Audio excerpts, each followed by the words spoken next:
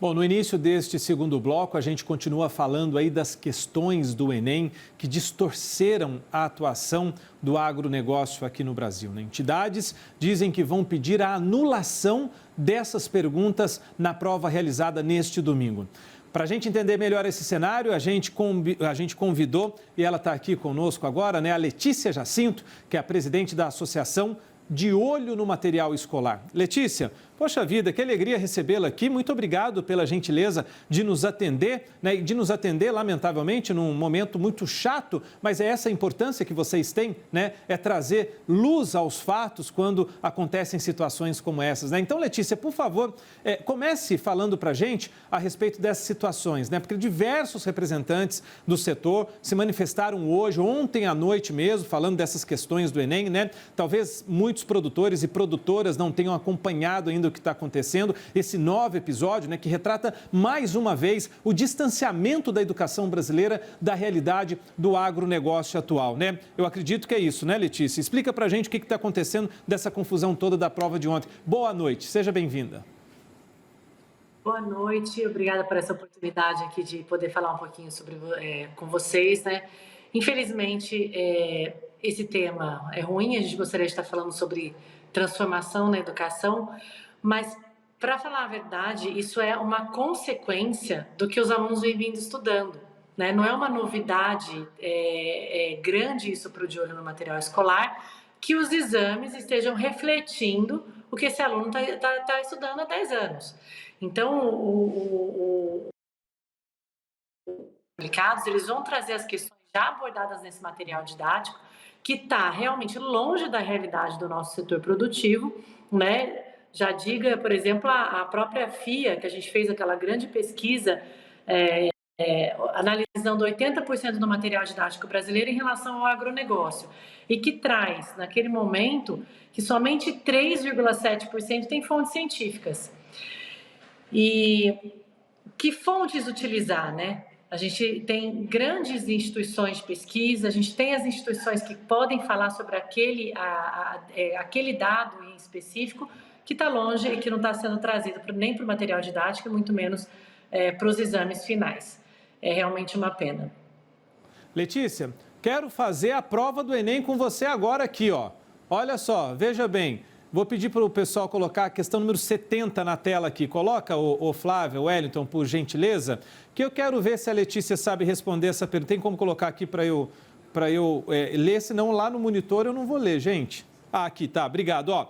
Atenção, alternativas logísticas estão servindo de instrumentos que ativam os mercados especuladores de terras nas diferentes regiões da Amazônia e constituem indicadores utilizados por diferentes atores para defender ou denunciar o avanço da cultura da soja na região e, com ela, a retomada do desmatamento. É evidente que o crescimento do desmatamento tem a ver também com a expansão da soja, porém, atribuir a ela o fator principal parece não totalmente correto. Parto da compreensão central de que a lógica que gera o desmatamento está articulada pelo tripé grileiros, madeireiros e pecuaristas. Na visão do autor, o problema central da situação descrita é desencadeado pela apropriação de terras devolutas, sonegação de impostos federais, incorporação de exportação ilegal, desoneração de setores produtivos, flexibilização de legislação ambiental. Tá aí, Letícia, essa é uma das perguntas, né, uma das questões que os alunos tiveram que responder ontem. Que situação foi essa, hein? A resposta correta seria nenhuma das anteriores, né? Eu acho que seria uma boa resposta para dar em relação a isso. Não foi somente essa pergunta, né, que caiu em relação ao agro, teve algumas outras, e eles falam que estão citando algum artigo científico, por isso que eu trouxe na primeira questão com você, que tipo de fontes a gente tem usado, a gente deveria se preocupar muito em relação a isso na educação. E na hora que a gente traz sobre o desmatamento, por que não utilizar os dados da própria Embrapa, ou os dados não quer usar da Embrapa, traz da NASA, né, que traz para a gente que 66% do nosso território é preservado, né? Não existe leis ambientais em nenhum lugar do mundo como existe no Brasil, muito menos uma área de preservação tão grande feita pelos próprios desconhecimento dessa população urbana em relação ao que acontece no campo, em relação às leis que regem o país e realmente qual é a nossa porcentagem de preservação e não de desmatamento. E colocar os pecuaristas no mesmo, junto com os grileiros, né, com os madeireiros, aí uma coisa não tem nada a ver com a outra. O que eu percebo, Marcos, que a gente deveria observar nessas questões, tem oportunidades para a gente falar e trazer dados científicos de muitas questões em relação ao agro.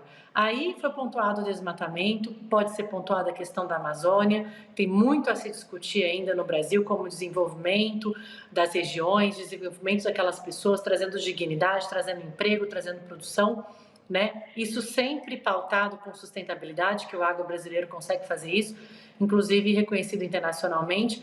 E nas outras questões, por exemplo, conhecimentos biotecnológicos, novas tecnologias, mecanização, trazido de uma forma distante da nossa realidade e não como um gerador de trabalho mais digno, melhores salários, maiores empregos, né? Desenvolvimento da ciência, desenvolvimento da genética e tudo que esse Brasil tem para poder oferecer, né?